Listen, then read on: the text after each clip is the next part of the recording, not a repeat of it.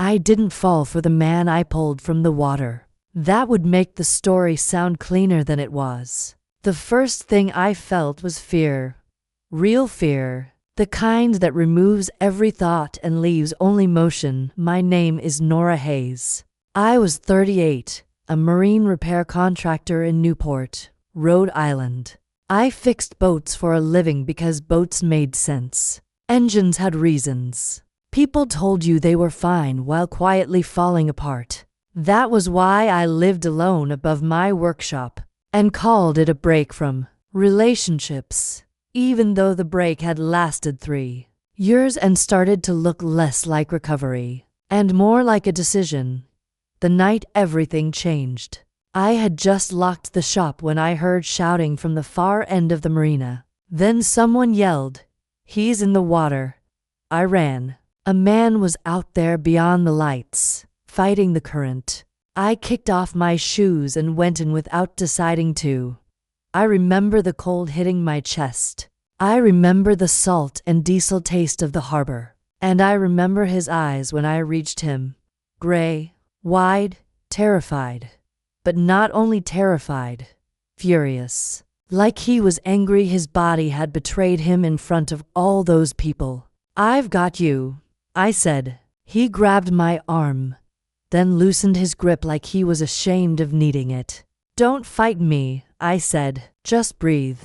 His name was Caleb Marsh. By the time Harbor Patrol pulled us out, he was shaking badly. He answered their questions in short pieces. "Caleb, no, I don't know." I slipped. The last one sounded wrong. Too quick. A woman pushed through the crowd as they brought him up. Polished, expensive coat, face arranged into concern just a second late. Caleb saw her and went still. Not relieved, still.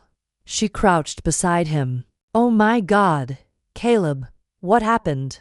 He pulled the blanket tighter. "I'm fine, Diana." Her eyes flicked to me. Not grateful. Assessing. Before they closed the ambulance doors, Caleb turned and found my eyes through the crowd. He mouthed words. "Don't tell." At 1:17 in the morning, someone knocked on my apartment door. Caleb stood in the hallway barefoot, hospital bracelet on his wrist, hair still damp. He was holding my wallet. "I found this in the ambulance blanket," he said. I told him he should still be in the hospital. He said he knew. Then he glanced down the hallway behind him. "That's why I came here." I let him in. He sat at my kitchen table and told me what had actually happened. He had ended the engagement that night on the side dock, away from the charity dinner. Diana had gotten very calm when he refused to sign a trust document connected to his late father's estate.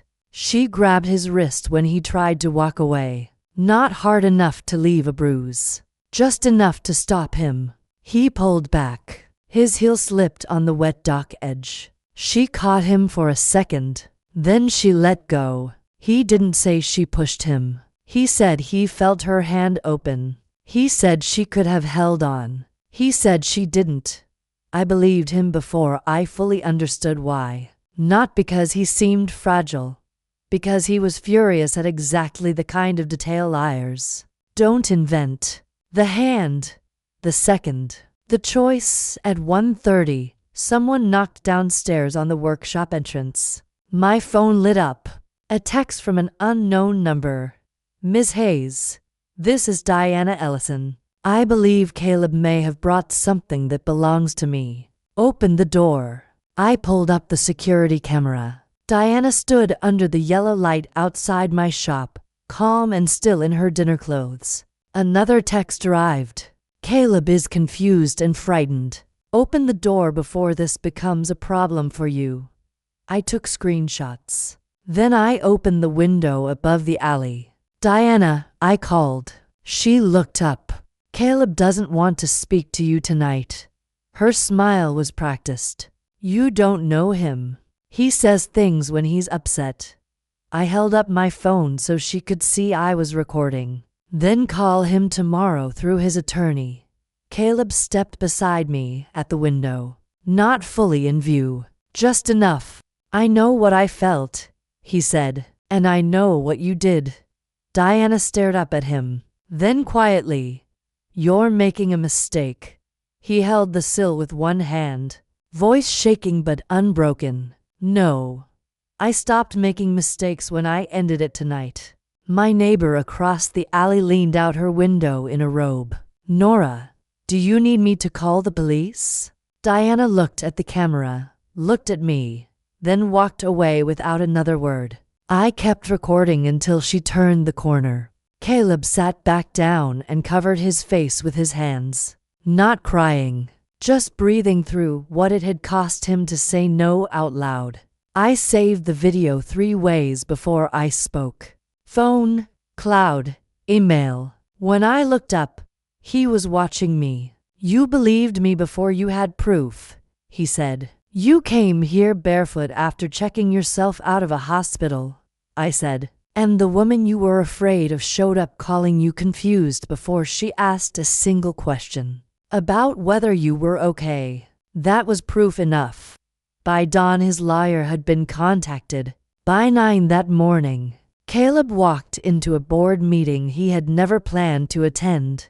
Hospital bracelet still on his wrist, borrowed sweatshirt under his coat, and told 6 people sitting behind folders of paperwork that he would not be signing anything that day. Diana was already there. She looked at him the way people look at problems they are still solving.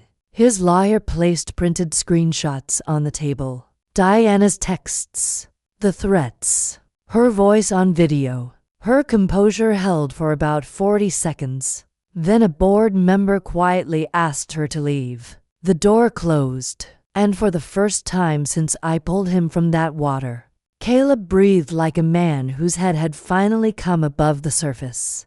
It took months for everything to settle. Diana avoided serious charges because the doc had no camera, and the moment had no other witness. Caleb hated that. His lawyer told him, closure is not the same as maximum punishment. Closure is when she no longer has access. So that became the goal. Her access ended. The trust was restructured. The engagement dissolved. Every quiet room where Diana had used concern as a key was closed to her.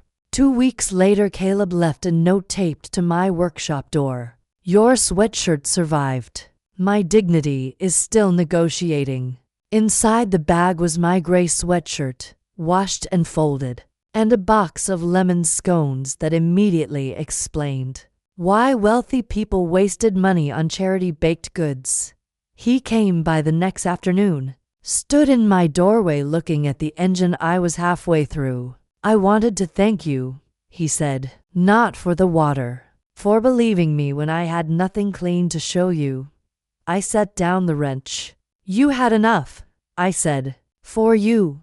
He looked at me a moment. Then, would you walk with me? So we walked along the marina in the daylight. No black water, no shouting, just boats and salt air, and to people learning how to talk without performing anything. We did not fall in love quickly. That matters. I did not become his rescuer. He would have hated that. We were careful for months. Coffee, walks, repairs on his late father's old sailboat that Caleb insisted on learning himself. The first time he stepped back onto a dock, his hands shook so hard he cursed at them. I stood beside him and said nothing. Then he took one more step. That was how he came back to himself. 5 years after the night I pulled him from the harbor, Caleb stood on that dock in the morning light and married me beside the water he had once thought would only remember his fear. People still ask how we met. He says, she returned my life to me. I always correct him. No, you came back for it yourself. I was just the door you knocked on when you decided you wanted a witness to the truth. If this story touched something in you, share it with someone who needs to hear it today. And drop the city you are watching from in the comments. I want to see how far this has traveled.